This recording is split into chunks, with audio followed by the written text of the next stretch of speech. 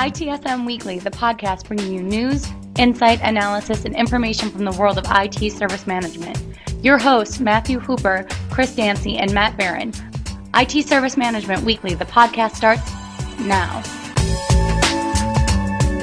Hornbill is very pleased to be sponsoring our favorite show, ITSM Weekly, the podcast. Hornbill's SupportWorks enables ITSM with the human touch, helping service desks to deliver a better customer service experience. If you don't know about Hornbill, look out for the ITSM Extreme Makeover, where alongside our partners, we'll be demonstrating the value of effective IT service management to the entire community. Proving your worth, that's the future of the service desk. Visit us at hornbill.com. Welcome to ITSM Weekly, the podcast. A very special podcast brought to you by Hornbill Software. We'd like to send a big shout out to Hornbill. I know you just heard their intro, but a big shout out. Hornbill did what I was unable to do through my begging and pleading, and actually made it possible for our today's guests, esteemed guests. I guess it's official. We've talked to Jeff Brooks before, but he wasn't anointed at that point. I'd like to welcome Mr. Gerard Green and Mr. Jeff Brooks to the show from Gartner.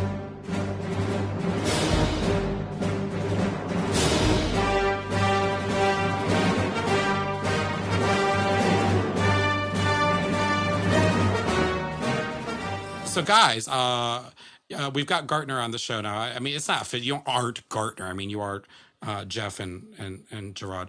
How are you feeling? It's a really exciting time. We've got some great research notes that we're working on. We're really tracking the service desk market, talking to vendors, talking to clients all the time, and always expanding our body of knowledge, as well as being able to provide our clients with the kind of direction that they need to solve their technology solutions. And specifically, how do you feel about being on the podcast? I really enjoyed the last time I did it. I think it's a great avenue to get out there and discuss the kinds of topics people want to know about. The growth of the listeners over the year that you guys have been doing this has been phenomenal. And I think any bit of information that people can get their hands on helps them make better decisions about what they're doing. I know that we may get into talking about how do you select which bits of information, but I do think it's important that you at least have that knowledge out there, that information that you can at least listen to or learn from, and then decide whether or not you're going to use that. You know, he was talking about this podcast, ITSMWP. Yes. Yeah. So, Jeff, I was talking to someone the other day, and they said, do you know Jeff Brooks? And I said, I would consider Jeff Brooks to be a Fock. And they said, what? I said, friend of Chris. The little Fockers. So, because I think you're just such a phenomenal person. I was so happy to hear that you joined Gartner. Plus, I mean, it's the dream job for everyone. Now, Mr. Green, that's a completely different situation. I've had a chance to speak with him a few times on the phone, and I'm a rabid fan. You made quite a stir when you tweeted out about the retirement of the IT service management service desk Magic Quadrant, and I think it might have been back in April, and got a lot of people's attention. I know that it's one thing that I get asked about most, but so many people have no idea what that means or even about the life cycle of a Magic Quadrant. Could you shed some light on it, the life cycle of a Magic Quadrant, and specifically around the IT Service Management Magic Quadrant? Yeah, so as far as insight into the Magic Quadrant being retired, what we want to have people understand is that we still see the IT Service Desk as a viable and mature market. When we look at the market data from 2010, we're talking about a $1.3 billion market. There are well over 100 vendors who provide capable tools that our clients pay attention to, and we actively track their activities as best as we can. What happened to IT service desk tools over the past 15, 20 years is that they've become very commoditized. You can see that, from a core functional standpoint, incident, problem, basic change management, self-service knowledge management, the tools are doing very similar things. And then there's little differentiation in the solutions from a service desk perspective.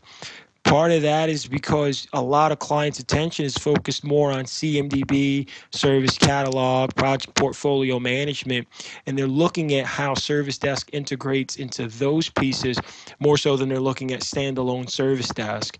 And so with CMDB and those other technologies driving the buying decisions, we wanted to put out research that reflected that trend.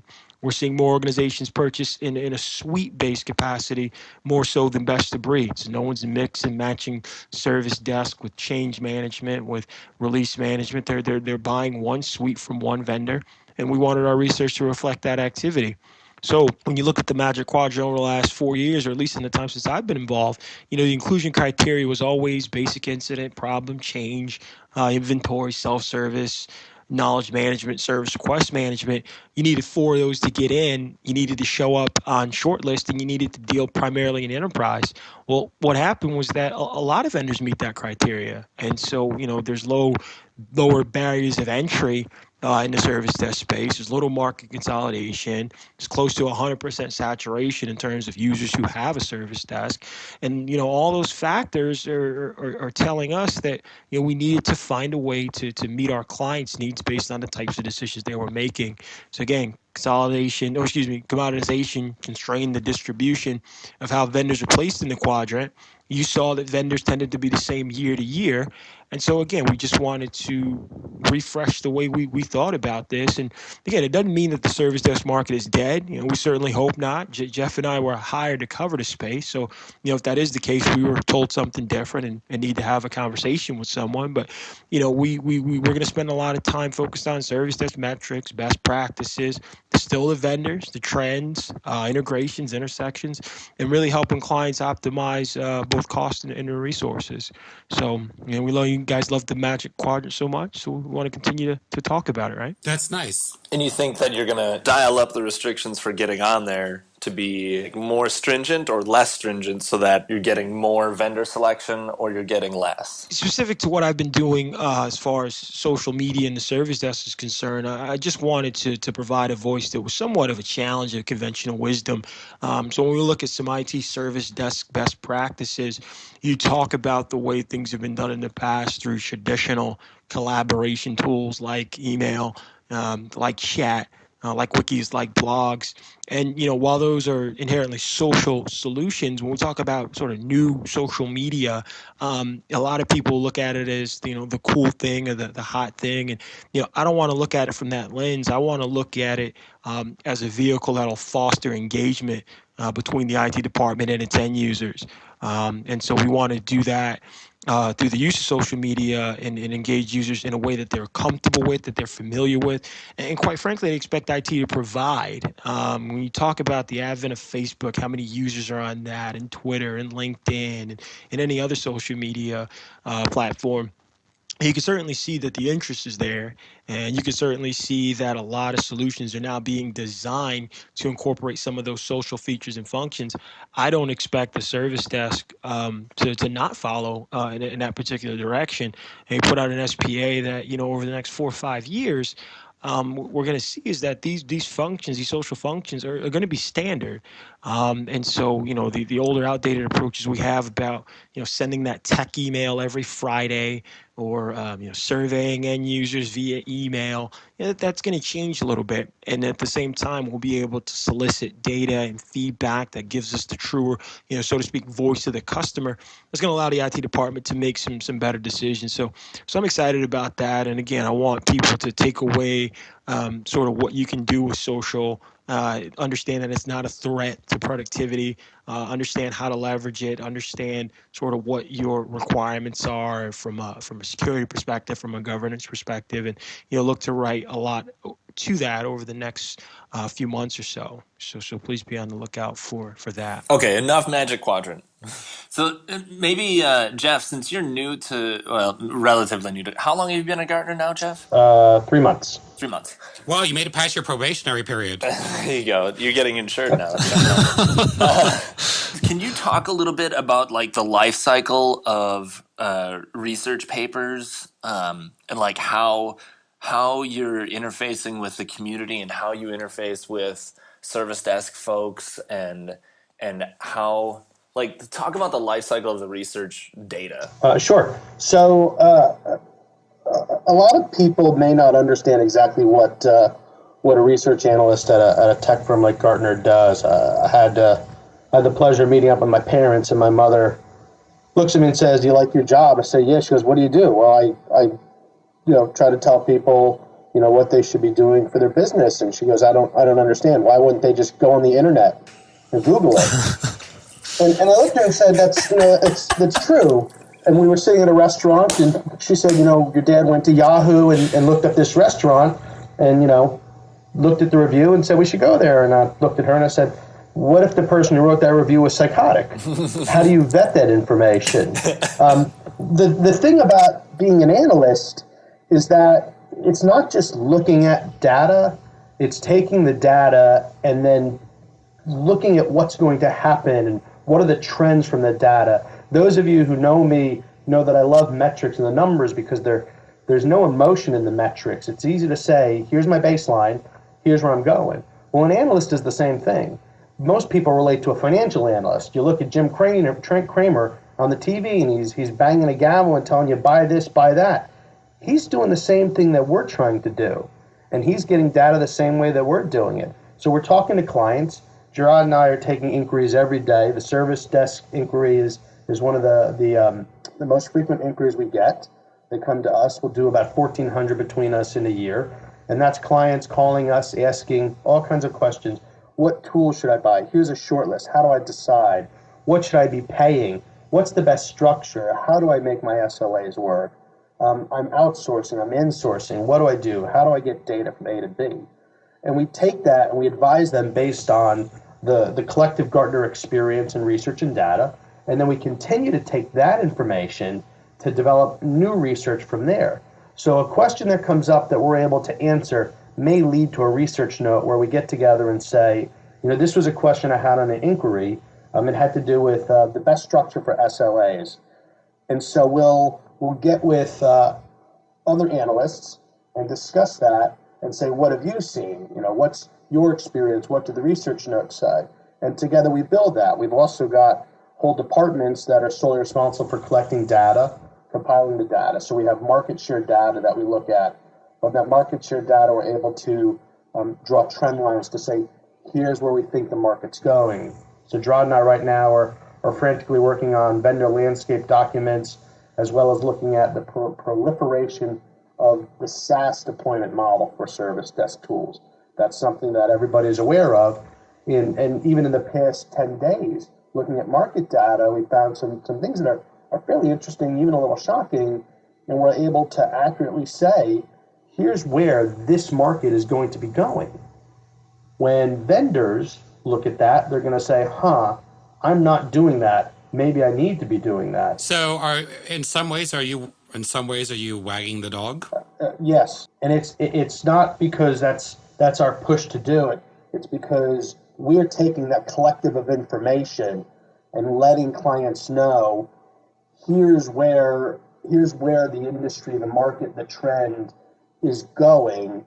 You can go that way or you can do your own thing. We often hear people who everybody we talk to is unique and different and they're doing it their own way. Right. And all we can say is, well, here's what the rest of the industry is doing, and that industry has grown X percentage.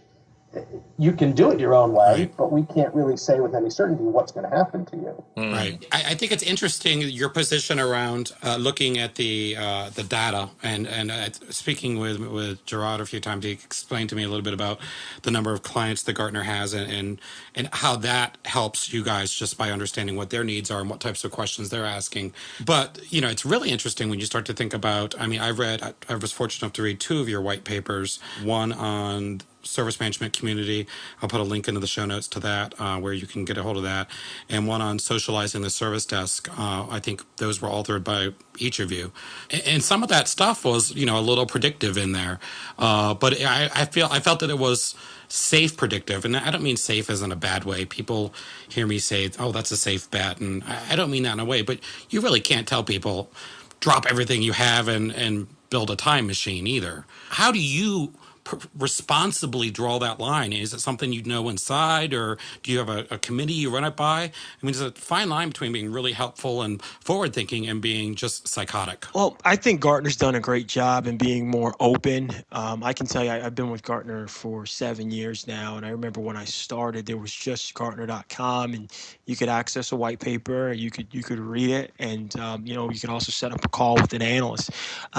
In that time, though, I've seen that we've moved to being being more open. We have a blog network. A lot of my colleagues blog within the Gartner network. There's a lot of analysts on Twitter.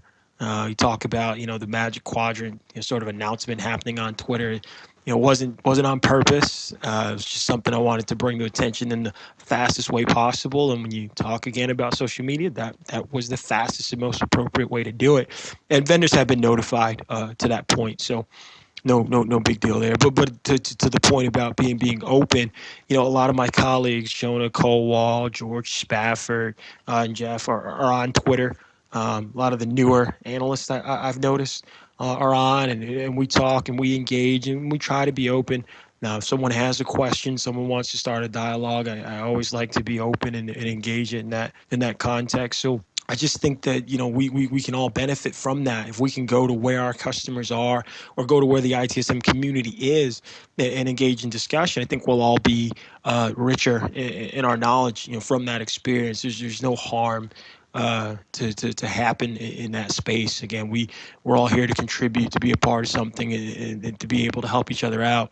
And it just so happens that the social media sites are where that is, and I'm grateful for the opportunity to be able to do that. I want to be someone who contributes as well as someone who can take some things away, which I do quite often. One of the things, though, I always struggle with is, the world's full of opinions, right? So you have all these inputs, and we all work with data, so we know what it looks like, and you can sometimes look at it in certain ways. So how do you signal out that the opinion noise that comes in with a lot of the perspectives sometimes you see or hearing or having to overcome that with quantifiable metrics? Because metrics can paint two different pictures just depending on who's telling the story and what predisposed biases you have in the audience, right? So Gartner's got a dedication to what we call fact-based research, and within our notes, when relevant, we've got note sections and evidence sections. So people who have seen Gartner research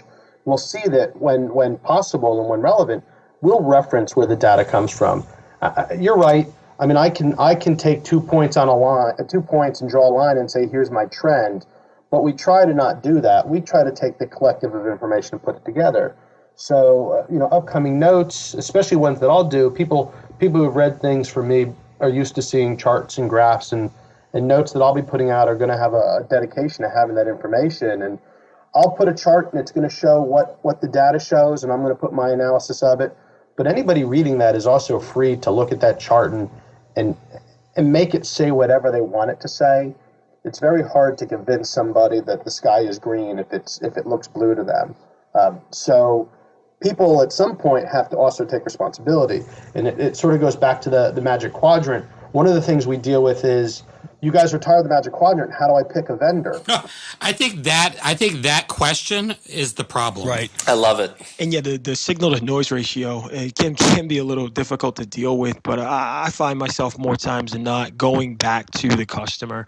If you can look at the customer, someone who really doesn't have an ulterior motive, right? Their objectives are to meet the demands of the business, and how they go about it. They need guidance. They need guidance specific to their industry. They need guidance around what their specific or vertical challenges are. And what we want to do as analysts is provide that, from dealing with a wide range of clients who fit that profile. I think the values that, I get to sit in a privileged position whereby I'm talking to 600-700 clients a year, all shapes, all sizes, all verticals.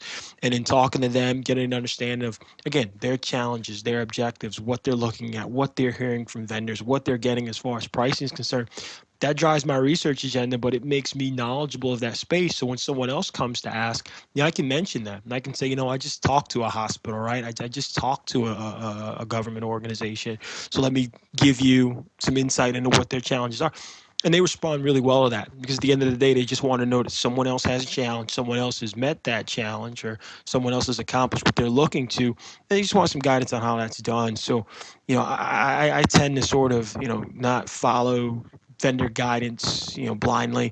I tend not to go by sort of what I'm seeing other analysts respond to. I always go back to our client base and really get a sense of what they're doing, and that's truth as far as I'm concerned. So that really helps me tune the noise out with so much so much out there. There's a fine line between an analyst and a consultative role, and I think you just kind of described it to me. If someone says to you, let me know the 5 flavors of ice cream I can have, or you could say to them, before I take you in the store, let's talk about the different things you will see and enjoy. I mean, it scares me when people say, I don't have a quadrant, how am I going to pick software? Without DNA, I mean, how would you get kids? I mean, come on. At some point, it's natural. One of the challenges we face, Chris, is that people need to understand that we're analyzing and presenting information. Gartner is vendor neutral. If someone calls me up and says, here's 3, which one do I pick? I'm not going to tell them which one to pick. I'm going to ask questions to them. What do you need? What's the platform? How big? This one's good because of this. This one's good because of this. This one's good because of this. Take a demo, look at it, get a sandbox. You have to evaluate yourself. And that again ties back to, you can't look at one piece of data and say, aha, right. I'm going to take this one piece of data and I'm going to become a world-class support organization. And we get that. That inquiry comes in. How do I become world-class support? Well, in a half-hour inquiry, we can't really help you with that. We can get you going and we can point you to research, but there is a library of knowledge and resources that you need to look at to build that.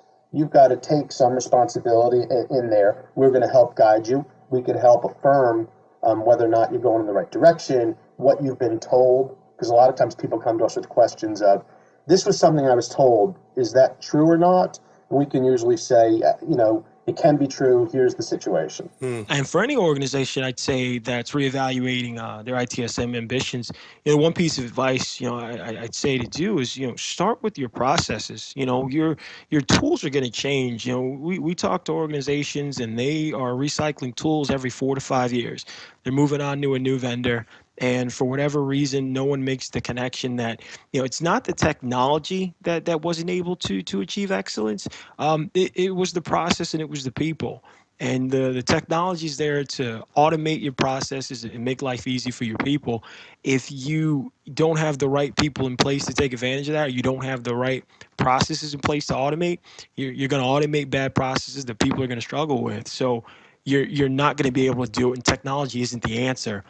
Jeff and I will get on the phone with many clients, and they believe that if they purchase a new tool because the one they have is limited, the one they have is unstable, the one they have doesn't have a nice user interface, then they're going to get left behind. They won't be able to complete this IDLE initiative, and that's just simply not the case. We want organizations to start with process, and that'd be the advice we have organizations walk away with. We don't talk about vendors until we have a process discussion. If someone wants to get on the phone and say, what vendor is going to help me achieve ITIL excellence, we don't have an answer for you. We can talk to you about process. So that's the advice we'd have organizations walk away with. I think the other point to make here is that, Jeff and I, as part of a research community of 750 or 775 research analysts, really benefit from being able to collaborate with one another. Our research meetings are spirited. We often, collaborate. You'll see in research papers, but that's the result of a lot of internal discussion. So we'll have a Monday meeting, a Tuesday meeting, and then you have the opportunity to participate in other meetings outside of your particular space. And, that's really the value of Gartner, because you can go into other areas, but essentially we're all T-shaped analysts, and it's from our research VP, Peter Sondergaard, whereby you want to be broad across one area and deep in one area in particular. So we're broad across the IT operations management space, but we're deep in IT service desk, and we spend a large part of our day head down an IT service desk. And so that allows us to be the experts in that particular area. We don't have to be light in any other particular space. We can focus on the challenges specific to service desk and be comfortable that we're very knowledgeable and can provide specific and pointed guidance. And if we need to stop and recommend the conversation with another analyst that's deeper in CMDB, deeper in application lifecycle management, deeper in release management, project management, we have the capability to do that. We can leverage 3 or 4 colleagues who can step right in and pick that conversation up where it left off, and there's no drop off in quality. So that's really the value that we want to be able to provide, and we want to be able to provide value in terms of getting that call or that inquiry completed quickly.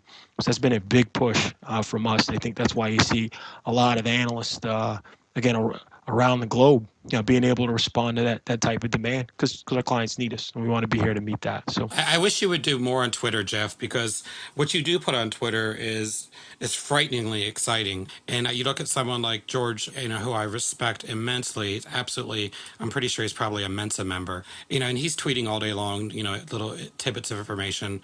But I know, like you said, it's a fine line. I just think, you are so approachable, and Gerard is so approachable. They're really good change things for folks, but that's just my opinion. If I can get more than 47 followers, then I'll see about tweeting more. I don't have a big following. One of the things to add to Gerard's points about the, people aren't clients. The thing that people have a hard time wrapping their head around, and even as a new analyst when I first came on board, understanding that what Gerard and I say is the IP of Gartner. We can't just give it away, and we've got a manager who has to remind us of that. We say, hey, I'd like to go give a presentation at a local meeting. What do you think about that? Well, what are you going to say? Yeah, and the podcast is a good example. And it's not that we don't want to be involved, but we've got a business manager who looks at it and says, what happens for Gartner? Because you can't go to Microsoft and say, hey, Microsoft, give me a copy of Office 2010. They're going to say, well, you got to buy it, or what's in it for me?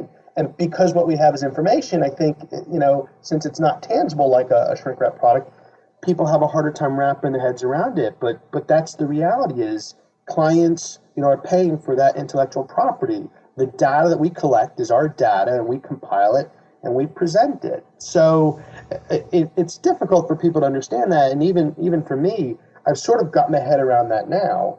But it does become difficult if you're not a client. I understand it completely, and I've talked to both of you extensively offline about this.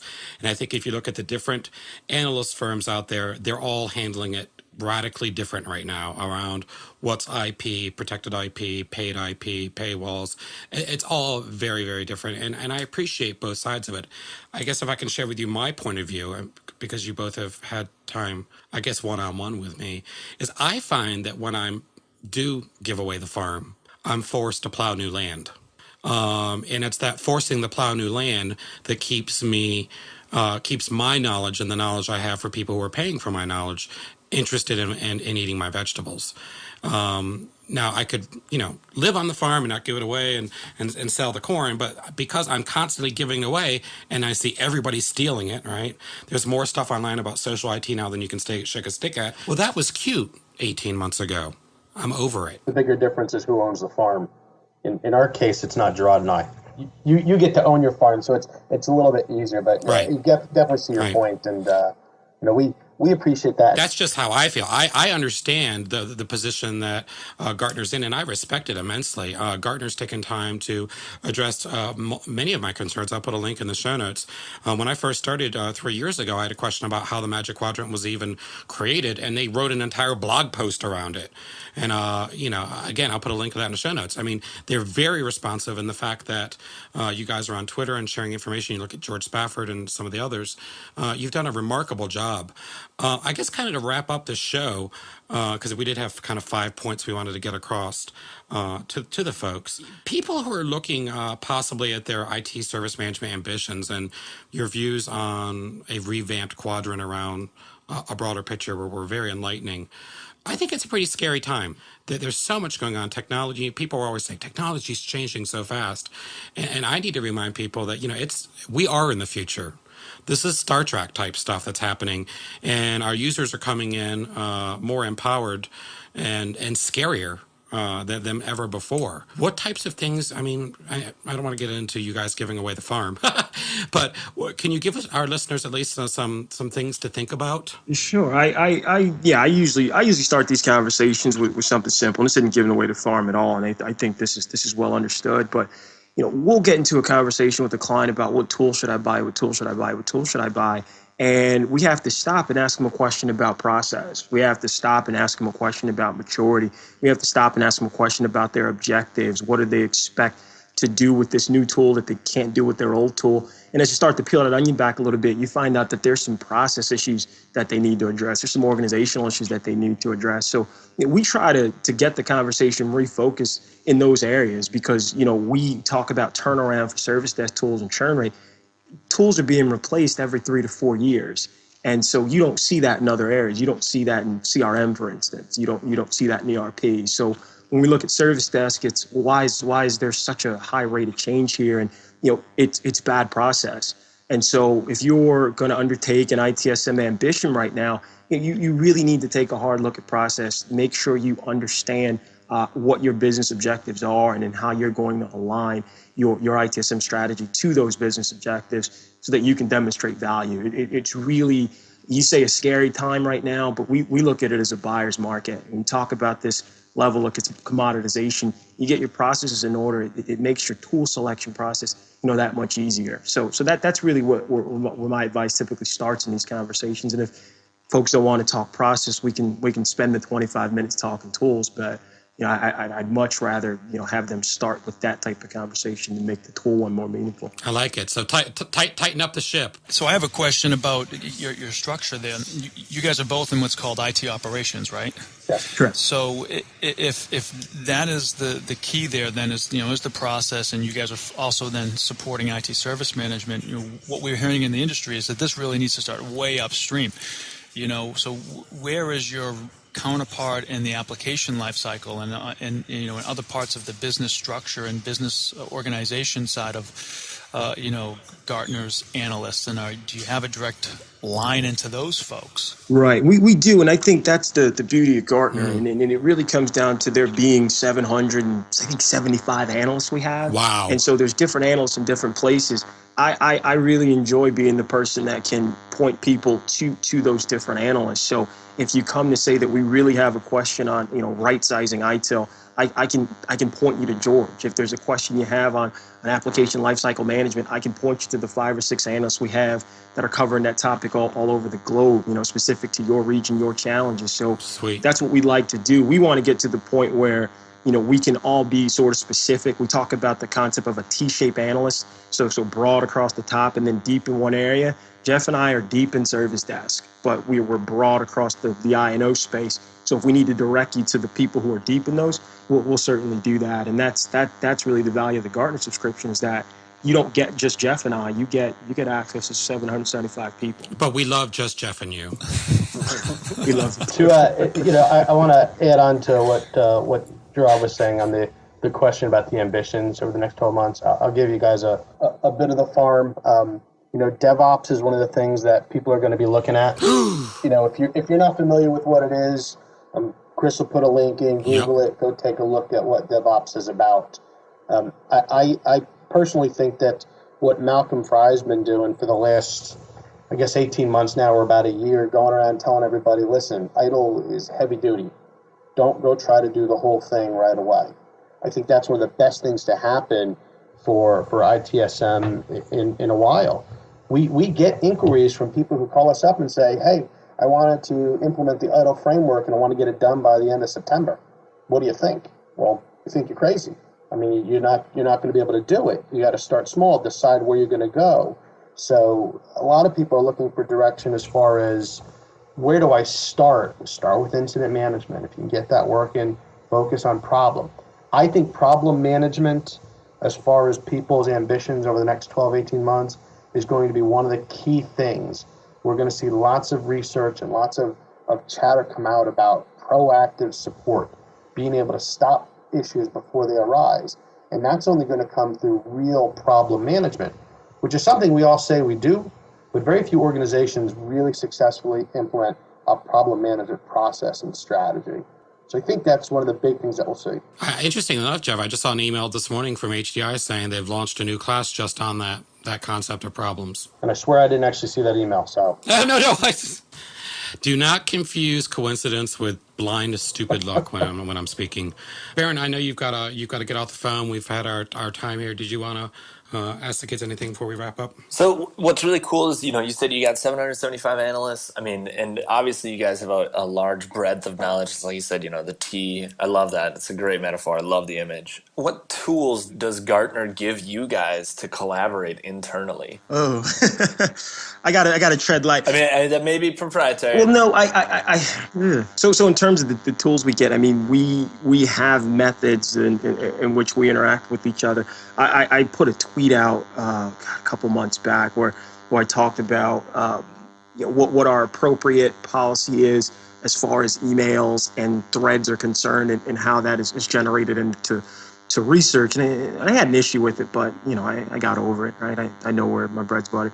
But in terms of collaboration, I'd still say a lot of what we do is email based, and that's a forum where we can have a lot of discussions. When we move that into research, there's a different sort of collaboration platform that we use. I've been using that one for a while. The way in which our research is put through that life cycle.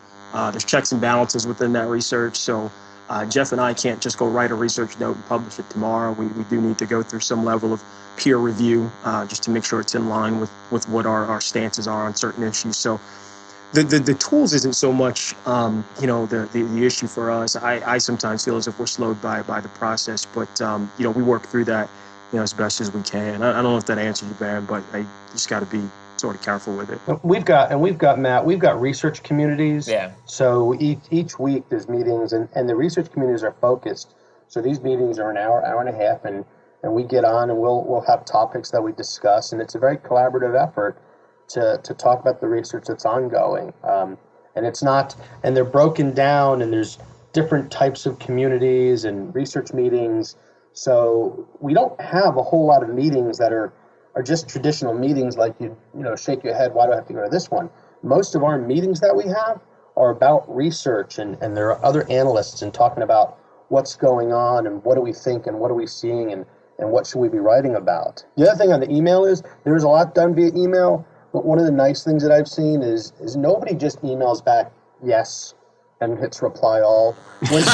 When somebody replies to a thread that's a conversation where we're talking about a vendor rating and what do we think we should be doing, people add value to the emails, which is a big thing. It's always been one of my pet peeves in an organization when someone hits reply all and says good job, especially when a press release comes out.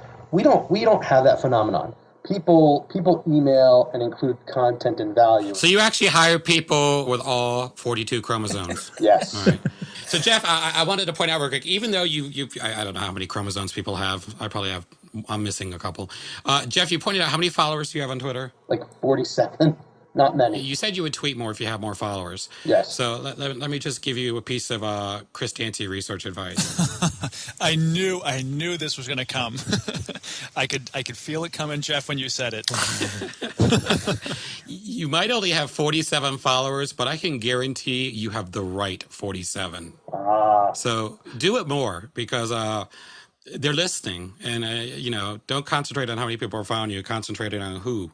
And I'm a raging fan. I'm a bigger fan. I have to be honest. I'm a bigger fan of Gerard.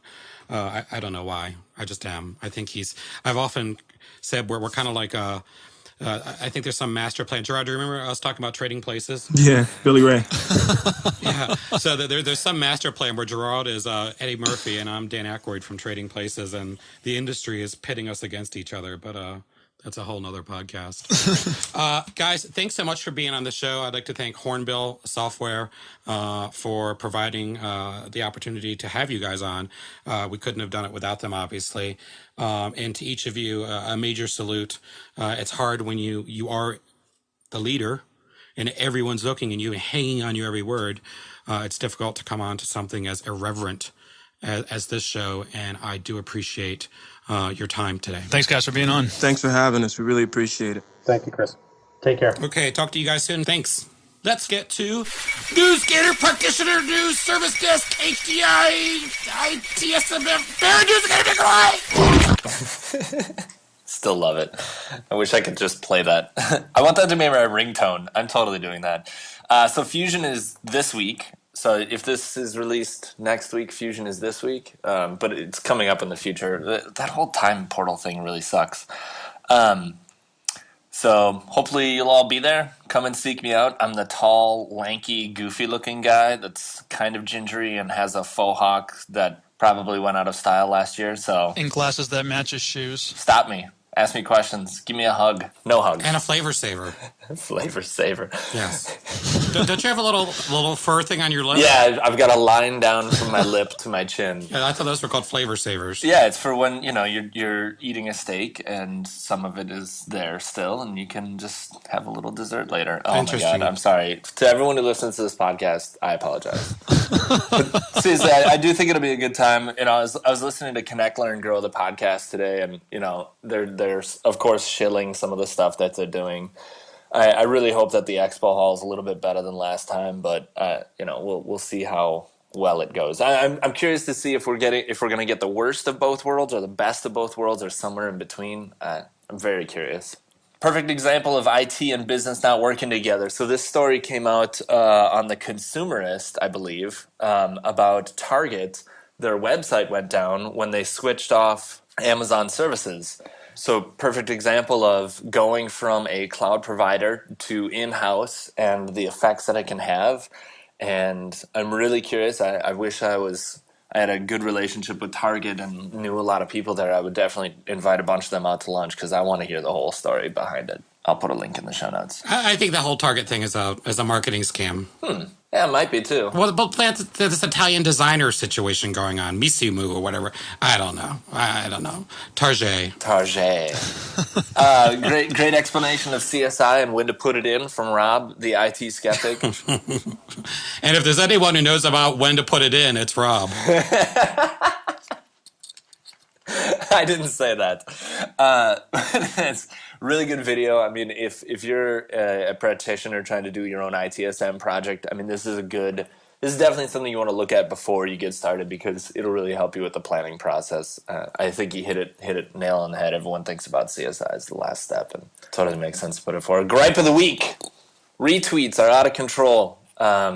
Basically, if someone that I'm following is basically just doing retweets and that's all they're doing, I am going to unfollow them. And new followers, if you've got retweets as the first 10 things on your list, I am not going to follow you. So retweets, native, they're both. Actually, if they put a comment in that's useful, other than just wow, nice, amazing, exciting, if they put in a comment that's valuable, definitely. Yeah. Or if it's something non-IT industry related and they like spin it to be IT or customer service related, I love that. That's fantastic. Yeah.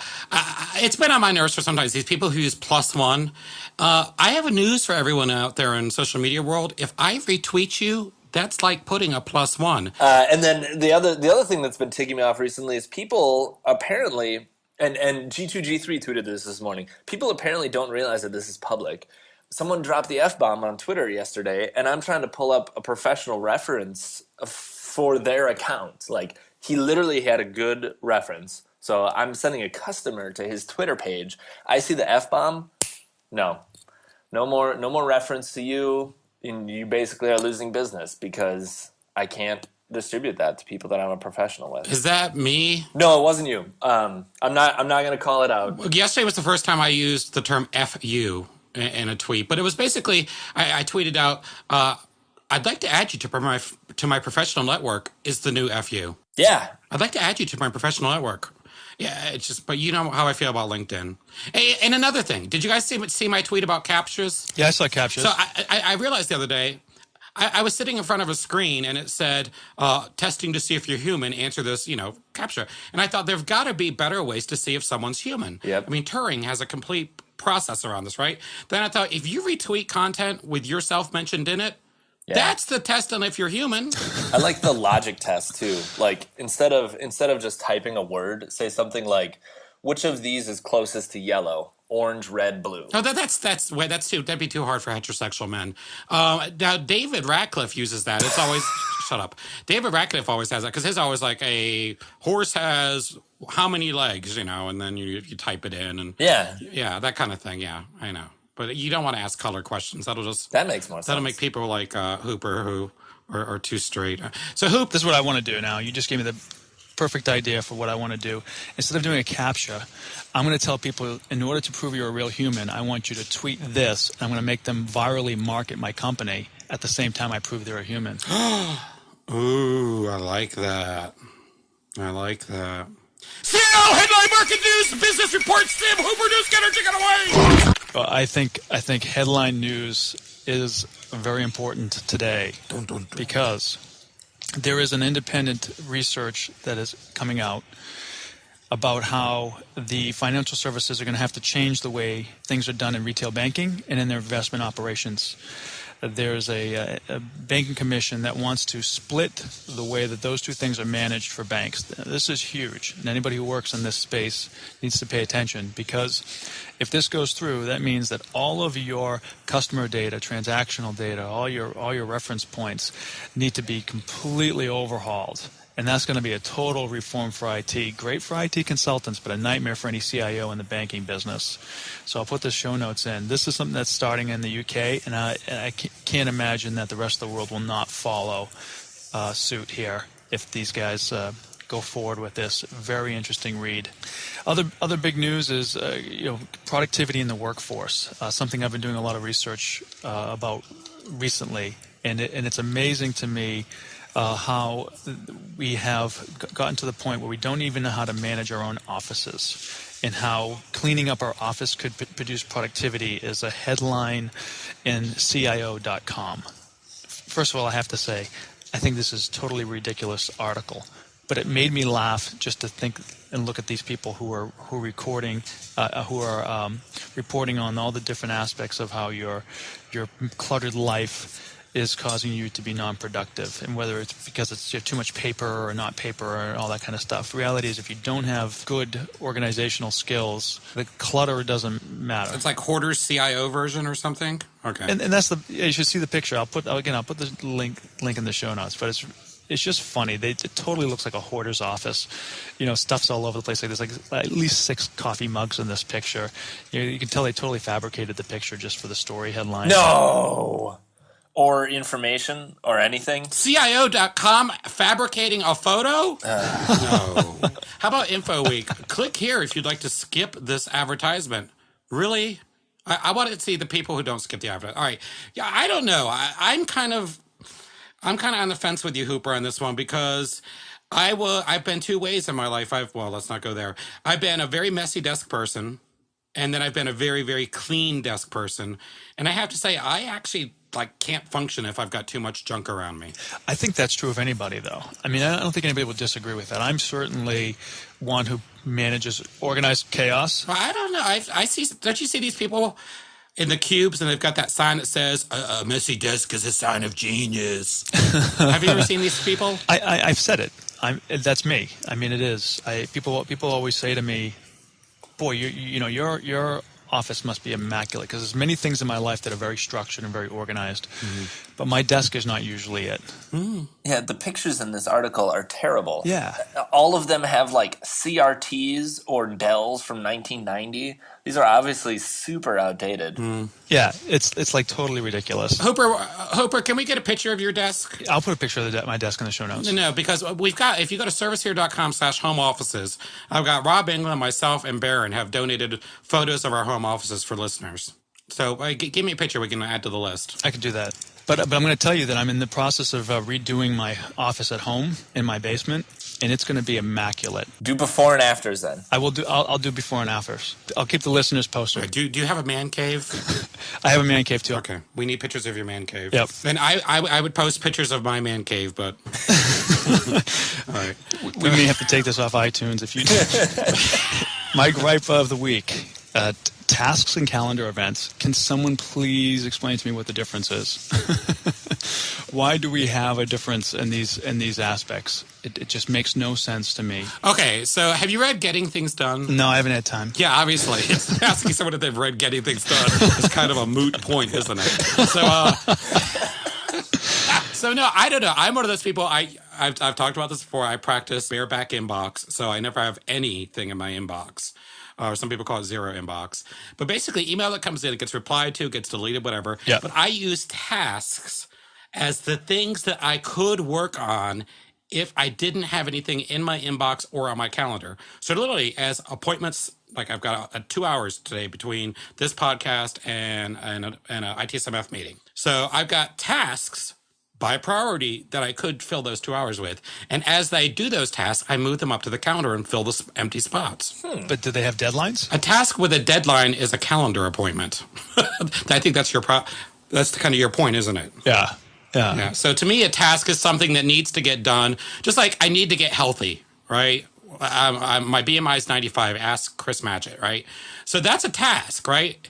If I actually was getting healthy, it would be an appointment. I see the same thing, but I wish that someone would fix it. Like Google, they've got tasks and they've got calendar. I want the two to be integrated and like.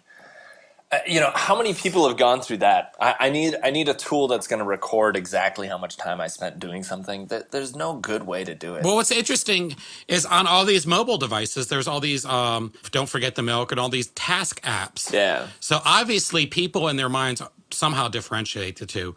I know for me, I'm not ashamed to say that I still use Outlook. And the only way I can use Outlook is if I'm in my calendar view, and in calendar, you can see the tasks associated with each day. Yeah. So it's almost like this is what you have to do. This is what you could do. Right. I'll put a screenshot of my calendar with my tasks, and hopefully there's nothing weird because I won't take time to read it in the show notes. I'm doing it now. What do you use for screen capture? What do I use? Well, see, now that embarrasses me. Okay, thank you. Because I've used all this old technology. I use Snagit. Snagit. I think Snagit's great. TechSmith's a great company. Yeah, that's not old, is it? I guess Jing is the new Snagit, but that's not old. If it works, who cares if it's old? Well, because all you kids love all the cool stuff like screen steps and all this other nasty news. Get a purr for me. News getter. Okay. It's been just a little too long since I've been recording. Social media tools, vendors, and news. A new entry into the helpdesk.2o market, Freshdesk. Pretty cool. Their marketing is all around an orange, which I totally think is like so radical. But they're along the same lines. You take your Zendesk, your Sicily, your NanoRep, your Get Satisfaction, and now Freshdesk, User Voice. There are all these 2.0 help desk firms coming out. And the other day I was being interviewed by someone, and actually it's going to become a Forrester blog. I've been asked to blog for Forrester. Well, probably up until they listen to this podcast. And I'm doing a whole thing on this Help Desk 2.0 because what's really interesting is all the CIOs from these companies I speak to, they don't have the same like divisions like, this is an incident, this is a request. They just have one thing, like helping people. It's almost like if Kirk Weisler and George from Pink had a love child, right? It would be all warm and fuzzy and it would want to help people, would be productive. Because you can't have too much of one or the other. You just sit around on a powwow. So, I'm really looking forward to it. On that same note, Zendesk just donated, did you guys see this? $1 million to a children's hospital in San Francisco. That's fantastic. So, wow. I mean, I don't know how you can out-Scoble, but Zendesk PR, and they just announced like yesterday, phone integration. So, over the top.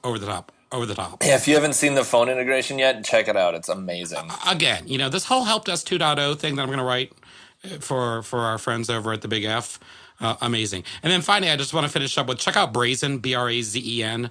It's a Facebook app. I don't want to go into their business model, but pretty cool. It's a Facebook app that logs into LinkedIn and creates an infographic of your resume. So I will put a link to my resume infographic up in the show notes. Very, very hot. Did you hear the news about Whirl? You remember Whirl? It was like a LinkedIn. It was a geotagging, location-based, but around more topical. We talked about them before. So I had met the CEO before, Jeff Holden, super nice guy, Pelago Systems. I was supposed to head to Chicago to do some idle training, to do a little consulting. I got to raise some cash. My kids are getting hungry. Yeah. I've seen pictures. They're starving. I sent him a note on LinkedIn, and I realized he had moved over to Groupon. I said, oh, very interesting move for him. So I went to Whirl.com to see what was going on and who took over as CEO. Whirl was bought by Groupon. Geotagging location-based services now bought and owned by Groupon. Can someone say hyperlocal advertising? Yeah. Yeah, hyperlocal, they've been talking about it. It's totally going to happen. When iOS 5 launches in 2 weeks, and you were just talking about tasks, right, Hooper? Yep. iOS 5 actually launches location-based tasks. So now tasks just aren't things you need to do with a date and time. They're things that will remind you when you get to places. That's cool. And that's in iOS 5 baked in. So if people aren't looking at hyperlocal, again, you come to one of my classes. Oh, that's right, you can't. All right. And then my gripe of the week, creepy Twitter. I don't know. There's some crazy stuff going on Twitter. I think I've somehow broke some type of threshold where I have lots of random people I don't know asking me questions and things, and I try not to do things. But I've written a blog, which I'm going to release directly after the show today, called Your Mother Ruined You, Twitter and Self-Promotion. Basically, the concept is it's okay to toot your own horn, but gosh darn it, know the notes to play.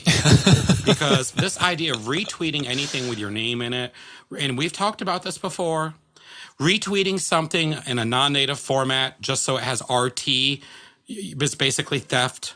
Retweeting something and adding, I really agree with you, basically defeats the purpose of a retweet. Retweeting is, I really agree with you, without you saying it.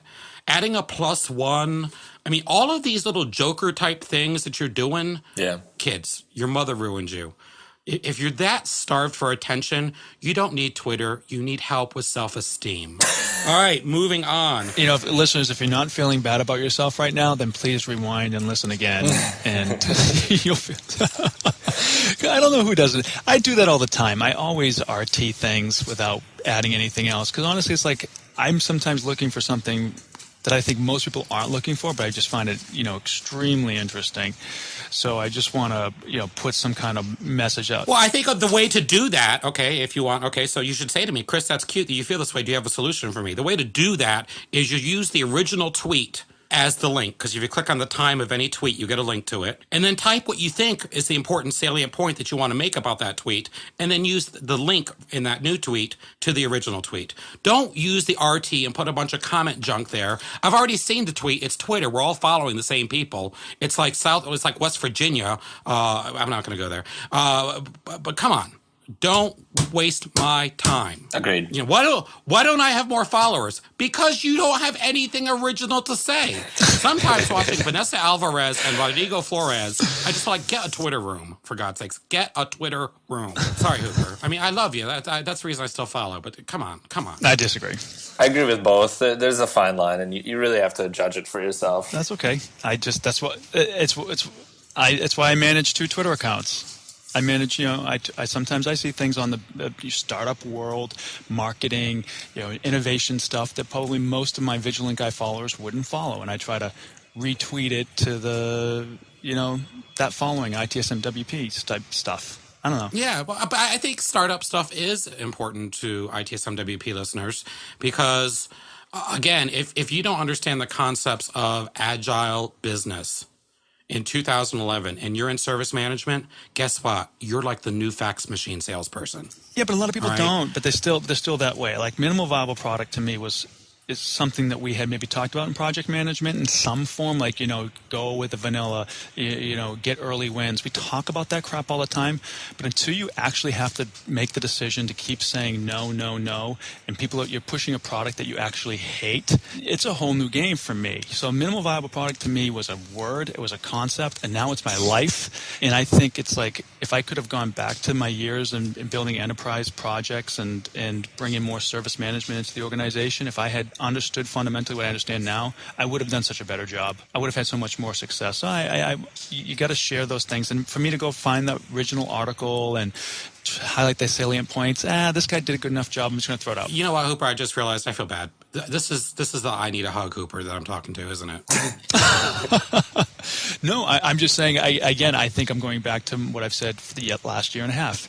Not everybody's at the level that Chris Dancy's at. No, but I think we all can agree, at least the people who listen to this show and people who are on the Twitters, they have moved along. They have moved along. We're all slowly becoming like you. Just don't run so fast. Oh goodness, I'm not Forrest Gump. All right, so last thing I brazen, and then we've got to wrap the show up. Last thing I brazen is they also gamify it. So basically, by looking at your LinkedIn statistics, if you live in a state, like for instance, I have a badge for healthy living. What a joke, right? But it's because I live in Colorado. If you've got like certain time spans, you've worked at certain types of companies, you get like mover and shaker badge. So really, check out Brazen through Facebook. You will love it. It's like Rodney Dangerfield used to say, if you want to look skinny, hang around fat people. Yeah, that's why if you want to seem smart, listen to this podcast. All right, so that's the news. We will see everybody next week. Thanks, guys. See you later. Bye. This was ITSM Weekly. Thank you for listening. For more information about this podcast and ITSM news, go to itsmweekly.com. Hornbill is very pleased to be sponsoring our favorite show, ITSM Weekly, the podcast. Hornbill's SupportWorks enables ITSM with the human touch, helping service desks to deliver a better customer service experience. If you don't know about Hornbill, look out for the ITSM Extreme Makeover, where alongside our partners, we'll be demonstrating the value of effective IT service management to the entire community. Proving your worth, that's the future of the service desk. Visit us at hornbill.com.